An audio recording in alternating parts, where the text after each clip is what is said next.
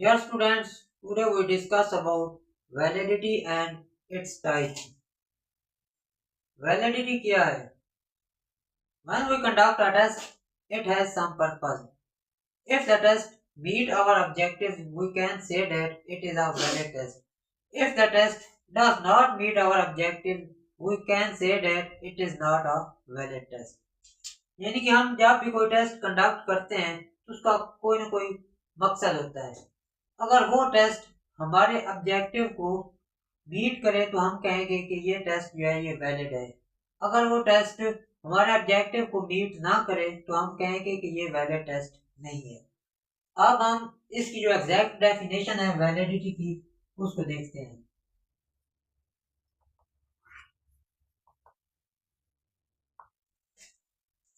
Degree to which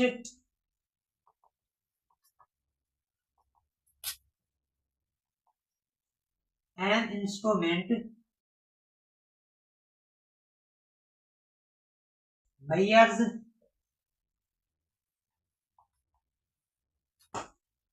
what it is intends to measure.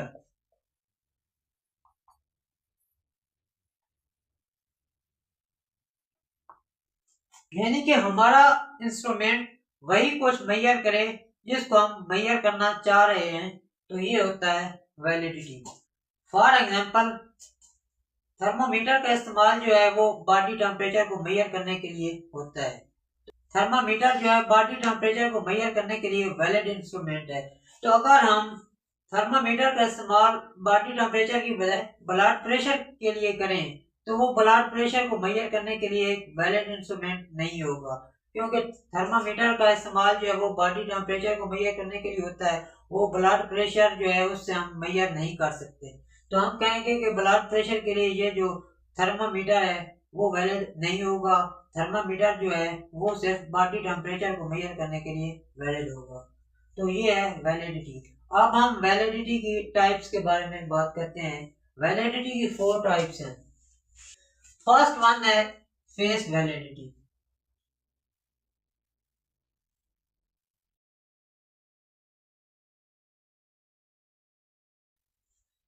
अब face validity क्या है? यानी कि टेस्ट को देखने के साथ हमें पता चल जाए कि ये वैलिड है कि नहीं है। फॉर एग्जाम्पल, अगर हमारे पास फिजिक्स का एक टेस्ट है, हम उस टेस्ट को देखते हैं। अगर देखने से हमें पता चल जाए, यानी कि अगर फिजिक्स की बजाय उसमें कोई क्वेश्चन केमिस्ट्री का हो, तो हमें देखने से पता चल जाएगा कि ये टेस्ट वैलिड नहीं है, क्योंकि ये फिजिक्स का टेस्ट है और इसमें क्वेश्चन जो है वो केमिस्ट्री का दिया हुआ है। तो हमें देखने से पता चल जाएगा कि ये टेस्ट वैलिड नहीं है, इस टेस्ट में फेस वैलिडिटी नहीं है। तो नेक्स्ट जो दूसरी टाइप्स है वो है content validity.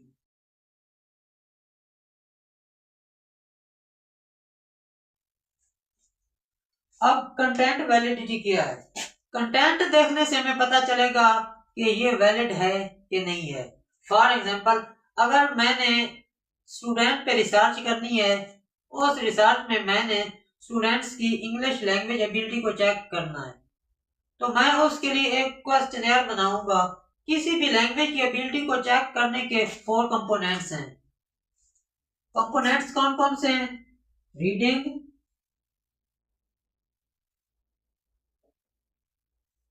Writing,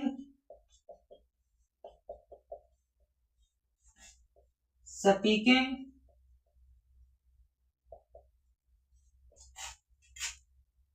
and listening.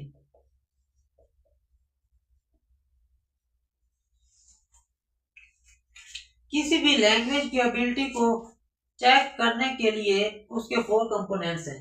अब मैं क्वेश्चनर बनाता हूं और उस क्वेश्चनर में मैं इन 4 कंपोनेंट्स में से कोई एक को मिस कर देता हूं, यानी कि मैं राइटिंग के क्वेश्चन भी देता हूं, स्पीकिंग के भी देता हूं और लिसनिंग के आइटम भी उसमें डाल देता हूं, लेकिन मैं रीडिंग के आइटम उसमें उस क्वेश्चनर में नहीं डालता। तो रीडिंग क्योंकि इंग्लिश लैंग्वेज की एबिलिटी का एक इम्पोर्टेंट कंपोनेंट है, अगर मैं इसको मिस कर दूंगा तो हम कहेंगे कि इसमें कंटेंट वैलिडिटी नहीं है, क्योंकि रीडिंग जो है ये एक इम्पोर्टेंट कंपोनेंट है लैंग्वेज एबिलिटी का, इसलिए मैंने इसको मिस कर दिया। अगर मैं इन चारों के आइटम्स उस क्वेश्चनर में डालूंगा तभी मेरा कंटेंट वैलिड होगा। तो क्वेश्चनर देखने से पता चल जाएगा कि इसमें कंटेंट वैलिडिटी है कि नहीं है। अगर ये रीडिंग के आइटम्स उस क्वेश्चनर में नहीं होंगे तो मेरा जो कंटेंट है वो वैलिड नहीं होगा। ये है कंटेंट वैलिडिटी, यानी कि हमें कंटेंट देखने से पता चलेगा कि ये टेस्ट वैलिड है, ये क्वेश्चनर वैलिड है कि नहीं है। तीसरे नंबर पे जो टाइप्स है वो है क्राइटेरियन वैलिडिटी।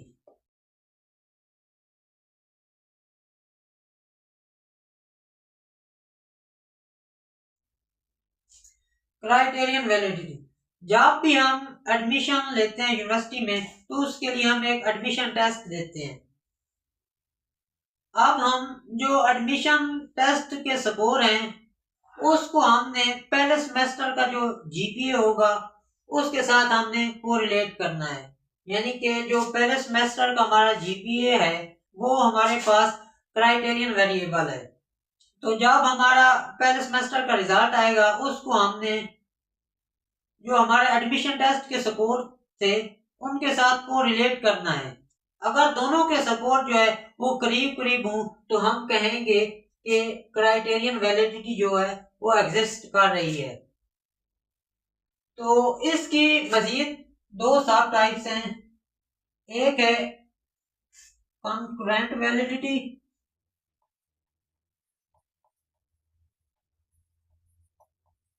और दूसरी जो है वो है प्रेडिक्टिव वैलिडिटी।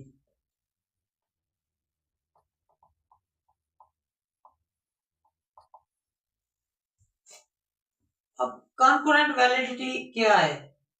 फॉर एग्जांपल हमारे पास एक वैलिड टेस्ट है, हम स्टूडेंट से वो वैलिड टेस्ट लेते हैं और उस टेस्ट लेने के बाद हम एक और टेस्ट बनाते हैं अपनी तरफ से, वो भी हम स्टूडेंट को दे देते हैं। अब हम वो वैलिड टेस्ट जो है उसके स्कोर और जो हम खुद अपनी तरफ से टेस्ट बना के देते हैं दोनों के स्कोर जो है उनको आपस में कोरिलेट करेंगे। अगर दोनों के स्कोर जो है वो करीब करीब हों तो हम कहेंगे कि इसमें कंकरेंट वैलिडिटी है। अब जो नेक्स्ट है वो है प्रेडिक्टिव वैलिडिटी।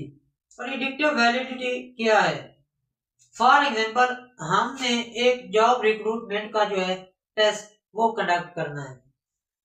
जब हम जॉब रिक्रूटमेंट का एक टेस्ट बनाते हैं तो हम ये देखते हैं कि ये टेस्ट हमारी जो है एम्प्लॉय की जॉब परफॉर्मेंस की प्रेडिक्शन देगा कि नहीं देगा। अगर हमारा वो टेस्ट एम्प्लॉय की जॉब परफॉर्मेंस की प्रेडिक्शन दे तो हम कहेंगे कि ये जो टेस्ट है हमारा ये वैलिड है। अगर वो एम्प्लॉय की जॉब परफॉर्मेंस की प्रेडिक्शन ना दे तो हम कहेंगे कि ये वैलिड टेस्ट नहीं है। अब जो इसकी नेक्स्ट टाइप है लास्ट फोर्थ वो है कंस्ट्रक्ट वैलिडिटी।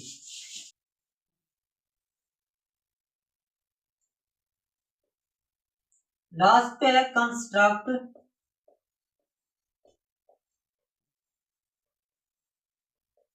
वैलिडिटी। यहाँ पर कंस्ट्रक्ट का मतलब होता है आइडियाज या थ्योरेटिकल कंसेप्ट, यानी कि ऐसे कंसेप्ट जिनको हम डायरेक्टली मेजर ना कर सकें वो होता है कंस्ट्रक्ट। तो कौन से कंसेप्ट हैं जिनको हम डायरेक्टली मेजर नहीं कर सकते?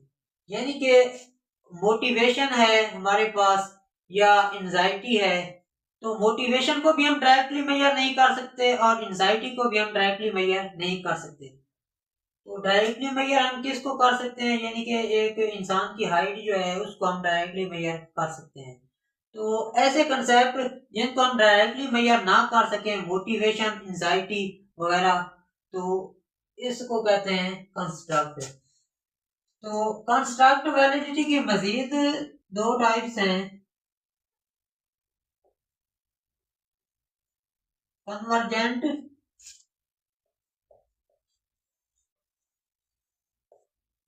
Validity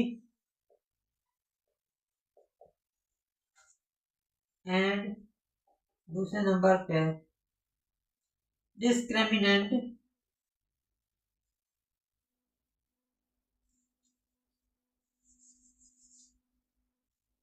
discriminant validity.